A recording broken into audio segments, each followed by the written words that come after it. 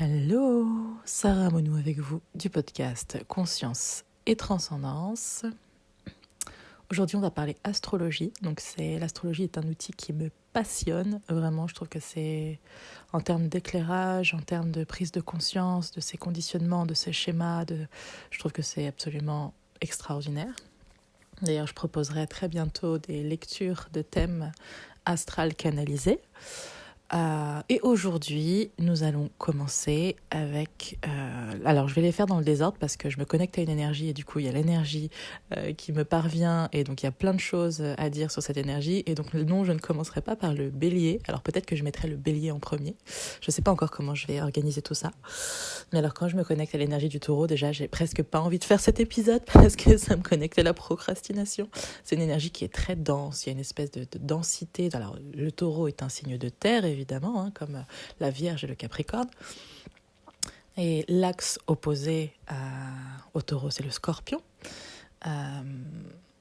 qui va expérimenter des changements, des morts et des renaissances, une forme de... Le Scorpion, ça peut être aussi...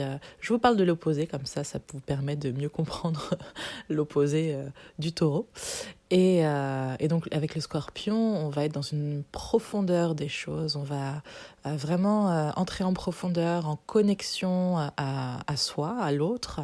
Il peut y avoir une forme de psychologie assez profonde avec le Scorpion. Hein. C'est des relations et des discussions qui vont tout de suite entrer en profondeur.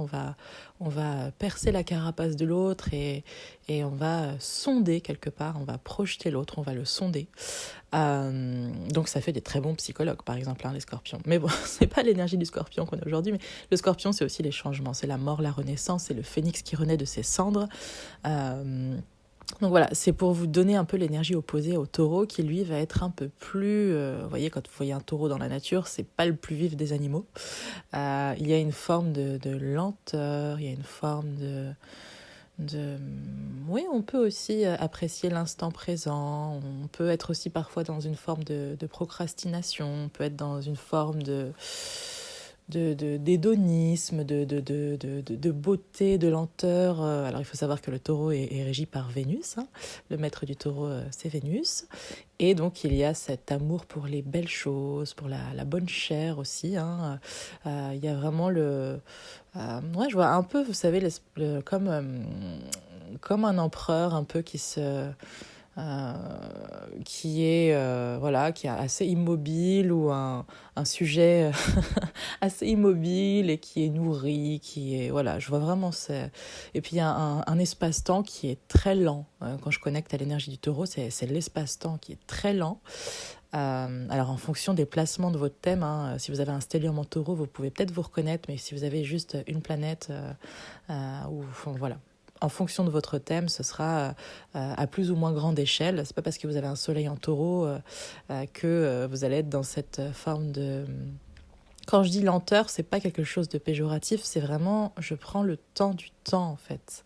J'ai besoin par moment de me poser, de prendre du temps, voilà, il y a vraiment cette notion-là. Admettons que vous ayez par exemple un soleil en taureau et que vous ayez un stellium en bélier, on est beaucoup plus dans la précipitation, ou que vous ayez même Mars en bélier, on va être beaucoup plus dans une énergie d'action donc voilà, ne pas se fier juste au soleil, hein. Quand on dit je suis taureau, c'est que j'ai mon soleil en taureau, donc ne pas juste se fier à un placement pour... Alors ce que j'aime bien avec l'astrologie, c'est que c'est vraiment pas un outil dans lequel il y a à s'enfermer.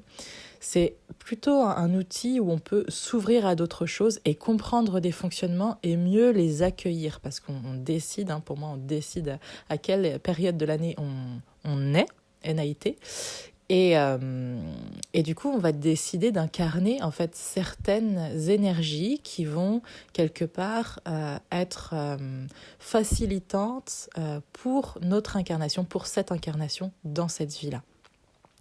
Alors moi, j'ai rien en taureau, donc voilà, je vais pas pouvoir vous donner des exemples dans ma vie, voilà. Bon, après, on a tous les signes, hein. On a la roue zodiacale, hein, avec les 12 maisons, donc on a tous les signes en nous. avec certains qui seront beaucoup plus proéminents, présents, importants en termes d'énergie et de fonctionnement dans notre vie. Donc voilà, le taureau, ça va être aimer la beauté des choses, la matérialité.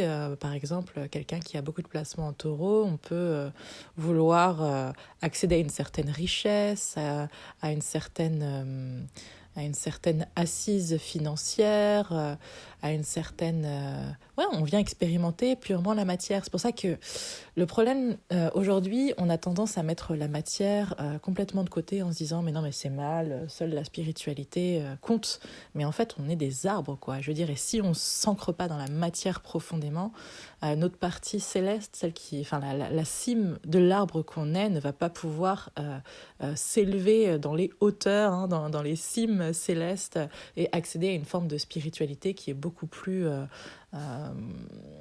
voilà, qui est beaucoup plus haute parce que ancrée initialement. Et donc, un taureau aujourd'hui, alors un taureau, il serait peut-être mieux compris dans les années, moi je sais pas, 50, où il fallait avoir femme, enfant, où il fallait avoir sa maison, peut-être un patrimoine immobilier, peut-être ce genre de choses. Mais aujourd'hui, on est parfois beaucoup plus, alors en fonction des personnes, hein, mais attiré par une vision spirituelle des choses tout en délaissant la matière, à savoir que le taureau vient expérimenter la matière et que s'il renie quelque part cette part de lui, eh ben, il y a une forme d'insatisfaction, il y a une forme de... comme s'il se sentait... il lui manque quelque chose fondamentalement, quelque chose de fondamental d'ailleurs, parce qu'il vient expérimenter la matière. Alors, tout ne sera pas axé autour de la matière, mais c'est comme un îlot central autour duquel vont se déployer d'autres aspects, d'autres sujets, d'autres domaines d'expérience et d'expertise. Mais voilà, il n'y a vraiment pas à négliger l'aspect matière. Et ça peut vous apporter justement, cette matière, elle peut vous apporter une certaine sécurité. Et donc, ce serait insécure pour vous, quelque part, de se dire non, mais ma spiritualité suffit, je peux vivre d'amour et d'eau fraîche. En fait, vous allez à l'encontre même de ce que vous venez expérimenter. Donc, s'il vous plaît, posez-vous la question de ce que représente la matière, le matériel, l'aspect financier pour vous, à quel point ça peut vous nourrir et vous rassurer justement pour vous déployer, parce que vous allez avoir besoin de la matière pour vous déployer de base. Et une fois qu'il y aura cette sécurité-là, en fait, vous allez pouvoir vous déployer sereinement. Mais c'est votre socle, donc n'allez pas à l'encontre de ça parce que vous allez vous sentir en insécurité permanente. Donc c'est vraiment important d'écouter, en fonction des énergies qu'on vient incarner, d'écouter notre socle sans juger en fait. Si je sens que j'ai besoin de ça parce que c'est un besoin que je me sens en sécurité, c'est ok. Je veux dire, on vit dans un monde aussi matériel où on a besoin d'aller faire ses courses, on a besoin, alors oui, on peut vivre en autonomie aussi, mais en général, c'est pas ce que va créer le taureau dans son énergie. Et en fait, il n'y a pas à juger ça, en fait. C'est un choix d'incarnation aussi noble qu'un autre, que quelqu'un qui vient expérimenter une vie purement spirituelle. Enfin, il n'y a pas une vie ou une incarnation qui vaut mieux qu'une autre. Il y a juste l'expérience que notre âme vient choisir. Et ça, j'insiste là-dessus, parce que je sens que ça peut être manquant ou ça peut être non conscientisé encore chez certains taureaux du coup.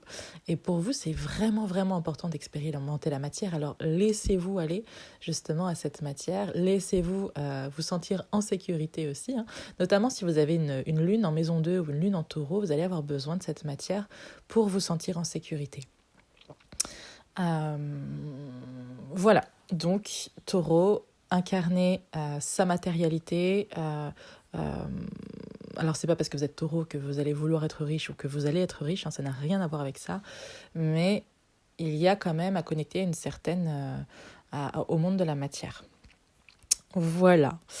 Eh bien, on se dit à très bientôt pour un nouveau signe du zodiaque.